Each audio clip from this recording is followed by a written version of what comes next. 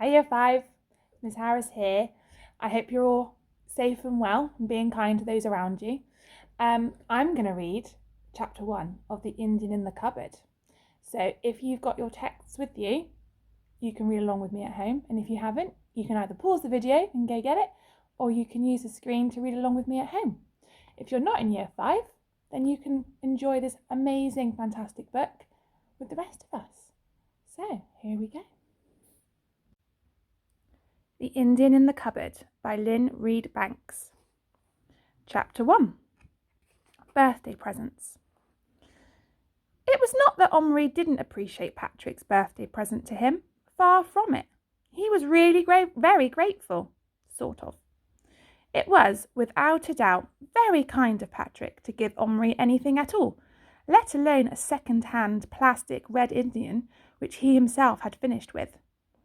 The trouble was, though, that Omri was getting a little fed up with small plastic figures, of which he had loads. Biscuit tins full, probably 3 or 4 if they were all put away at the same time, which they never were, because most of the time they were scattered about in the bathroom, the loft, the kitchen, the breakfast room, not to mention Omri's bedroom and the garden. The compost heap was full of soldiers which, over several autumns, had been raked up with the leaves by Omri's mother, who was rather careless about such things. Omri and Patrick had spent many hours together playing with their joint collections of plastic toys, but now they'd had enough of them, at least for the moment, and that was why, when Patrick brought his present to school on Omri's birthday, Omri was disappointed. He tried not to show it, but he was. "Do you really like him?" asked Patrick as Omri stood silently with the Indian in his hand. "Yes, he's fantastic," said Omri, in only a slightly flattish voice. "I haven't got an Indian." "I know. I haven't got any cowboys either." "Nor have I. That's why I couldn't play anything with him." Omri opened his mouth to say, "I won't be able to either," but thinking that might hurt Patrick's feelings, he said nothing, put the Indian in his pocket, and forgot about it. After school there was a family tea, and all the excitement of his presents from his parents and his 2 older brothers. He was given his dearest wish, a skateboard, complete with kickboard and kryptonic wheels from his mum and dad, and from his eldest brother, Adil, a helmet. Gillen, his older brother, hadn't brought him anything because he had no money.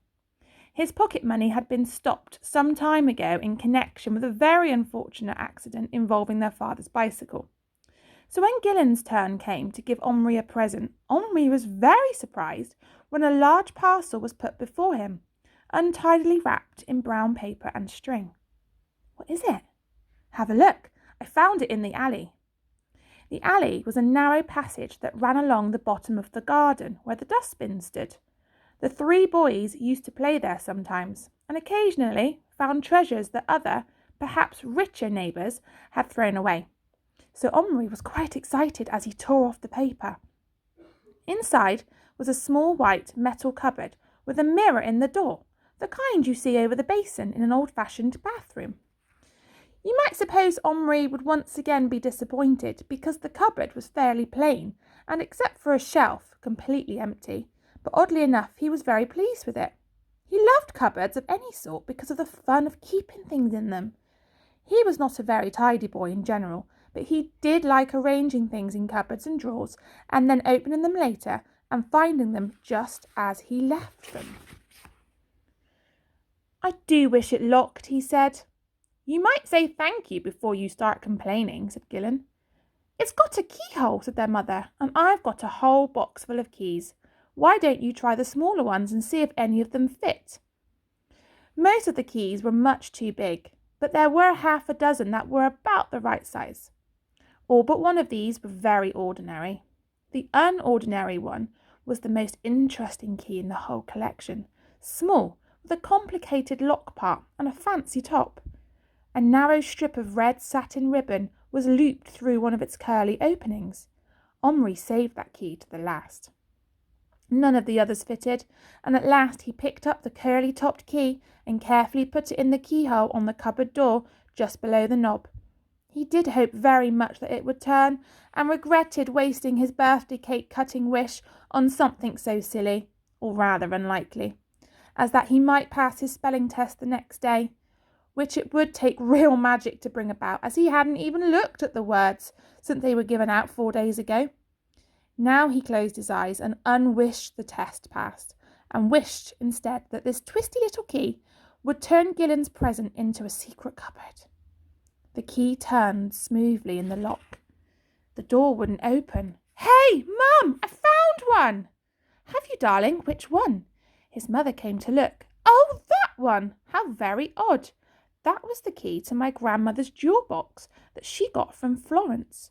It was made of red leather, and it fell to bits at last, but she kept the key and gave it to me. She was most terribly poor when she died, poor old sweetie, and kept crying because she had nothing to leave me. So in the end I said I'd rather have this little key than all the jewels in the world. I threaded it on that bit of ribbon, it was much longer then, and hung it round my neck, and told her I'd always wear it and remember her.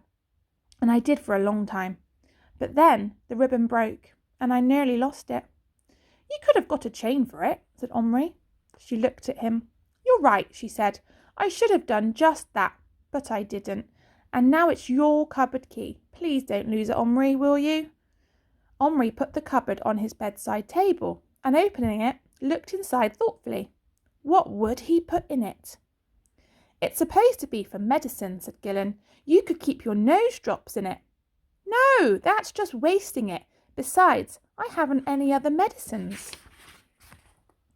"Why don't you pop this in?" his mother suggested, and opened her hand. In it was Patrick's red Indian. "I found it when I was putting your trousers in the washing machine." Omri stood the Indian on the shelf. "Are you going to shut the door?" asked his mother. "Yes, and lock it." He did this and then kissed his mother, and she turned the light out, and he lay down on his side, looking at the cupboard. He felt very content. Just as he was dropping off to sleep, his eyes snapped open. He had thought he'd heard a little noise, but no, all was quiet. His eyes closed again. In the morning there was no doubt about it. The noise actually woke him. He lay perfectly still in the dawn light, staring at the cupboard, from which was now coming a most extraordinary series of sounds. A pattering, a tapping, a scrabbling, and, surely, a high-pitched noise almost like a tiny voice. To be truthful, Omri was petrified. Who wouldn't be? Undoubtedly there was something alive in that cupboard. At last he put out his hand and touched it. He pulled very carefully. The door was tight shut, but as he pulled, the cupboard moved just slightly. The noise from inside instantly stopped. He lay still for a long time, wondering. Had he imagined it? The noise did not start again. At last he cautiously turned the key and opened the cupboard door. The Indian was gone. Omri sat up sharply in bed and peered into the dark corners. Suddenly he saw him, but he wasn't on the shelf any more. He was in the bottom of the cupboard, and he wasn't standing upright. He was crouching in the darkest corner, half hidden by the front of the cupboard, and he was alive. Omri knew that immediately.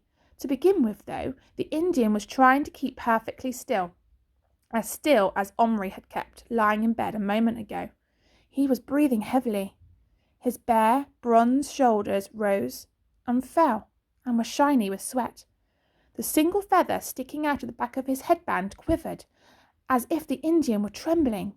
And as Omri peered closer and his breath fell on the tiny huddled figure, he saw it jump to its feet.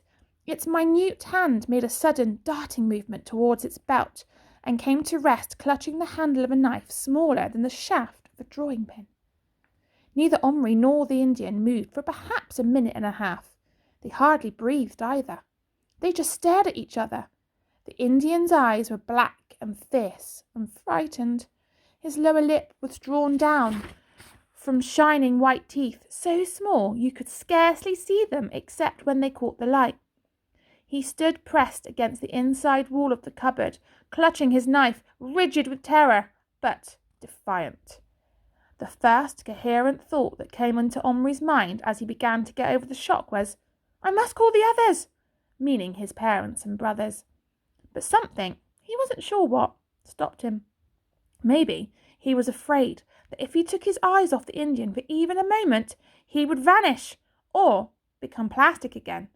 And then, when the others came running, they would all laugh and accuse Omri of making things up. And who could blame anyone for not believing this, unless they saw it with their own eyes? Another reason Omri didn't call anyone was that if he was not dreaming and the Indian had really come alive, it was certainly the most marvellous thing that had ever happened to Omri in his life, and he wanted to keep it to himself, at least at first. His next thought was that he must somehow get the Indian in his hand. He didn't want to frighten him any further, but he had to touch him. He simply had to. He reached his hand slowly into the cupboard. The Indian gave a fantastic leap into the air. His black pigtail flew, and the air ballooned out of his loose-fitting leggings. His knife, raised above his head, flashed. He gave a shout, which, even though it was a tiny shout to match his body, was nevertheless loud enough to make Omri jump. But not so much as he jumped when the little knife pierced his finger deeply enough to draw a drop of blood. Omri stuck his finger in his mouth and sucked it, and thought how gigantic he must look to the tiny Indian, and how fantastically brave he had been to stab him.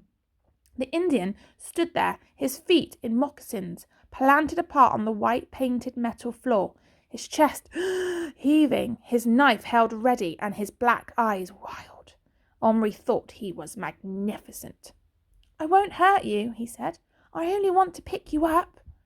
The Indian opened his mouth, and a stream of words, spoken in that loud, tiny voice, came out, not one of which Omri could understand. But he noticed that the Indian's strange grimace never changed. He could speak without closing his lips. "Don't you speak English?" asked Omri. All the Indians in films spoke a sort of English. It would be terrible if his Indian couldn't. How would they talk to each other? The Indian lowered his knife a fraction. "I speak," he grunted. Omri breathed deeply in relief. "Oh, good. Listen, I don't know how it happened that you came to life, but it must be something to do with this cupboard, or perhaps the key. Anyway, here you are, and I think you're great. I don't mind that you stabbed me, only please can I pick you up? After all, you are my Indian," he finished in a very reasonable tone. He said all this quickly while the Indian stared at him. The knife point went down a little further, but he didn't answer. "Well, can I? Say something," urged Omri impatiently. "I speak slowly," grunted the miniature Indian at last. "Oh," Omri thought, and then said very slowly, "Let me pick you up." The knife came up again in an instant, and the Indian's knees bent into a crouch. "No." "Oh, please." "You touch, I kill," the Indian growled ferociously. You might have expected Omri to laugh at this absurd threat from a tiny creature scarcely bigger than his middle finger, armed with only a pinpoint. But Omri didn't laugh. He didn't even feel like laughing. This Indian, his Indian, was behaving in every way like a real, live Red Indian brave, and despite the vast difference in their sizes and strengths, Omri respected him, and even, odd as it sounds, feared him at this moment. "Oh, okay, I won't then, but there's no need to get angry. I don't want to hurt you." Then, as the Indian looked baffled, he said, in what he supposed was Indian English, "Me no hurt you." "You come near, I hurt you," said the Indian swiftly. Omri had been half lying in bed all this time. Now cautiously and slowly he got up. His heart was thundering in his chest. He couldn't be sure why he was being cautious. Was it so as not to frighten the Indian, or because he was frightened himself? He wished one of his brothers would come in, or better still, his father, but no one came. Standing in his bare feet, he took the cupboard by its top corners and turned it till it faced the window. He did this very carefully, but nevertheless the Indian was jolted and had nothing to hold on to. He fell down, but he was on his feet again in a second, and he had not let go of his knife. "Sorry," said Omri. The Indian responded with a noise like a snarl. There was no more conversation for the next few minutes. Omri looked at the Indian in the early sunlight. It was a splendid sight. He was about 7 centimetres tall. His blue-black hair, done in a plait and pressed to his head by a coloured headband, gleamed in the sun. So did the minuscule muscles of his tiny naked torso and the reddish skin of his arms. His legs were covered with buckskin trousers, which had some decoration on them too small to see properly, and his belt was a thick hide thong twisted into a knot in front. Best of all, somehow, were his moccasins. Omri found himself wondering, not for the first time recently, where his magnifying glass was. It was the only way he would ever be able to see and appreciate the intricate embroidery or beadwork or whatever it was which encrusted the Indian's shoes and clothes. Omri looked as closely as he dared at the Indian's face. He expected to see war paint on it, but there was none.